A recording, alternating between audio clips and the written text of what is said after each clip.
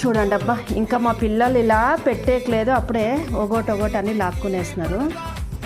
పాపోడు, అన్నం, పద్దం చేసిన ఒగ్గాని మిగిలిపోయింది, చుక్కకూర పప్పు, అలాగే మిరియాల రసం వేడిగా ఉంది. ఇప్పుడు తినేసేయాలి. ఏం తింటున్నావురా? అన్నంలోకి నీకేం పాపోడు ఇవ్వని చూడు.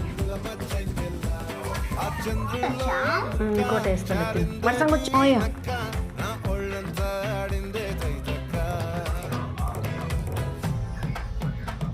ఇది రసం అక్కడ పెట్టేసే.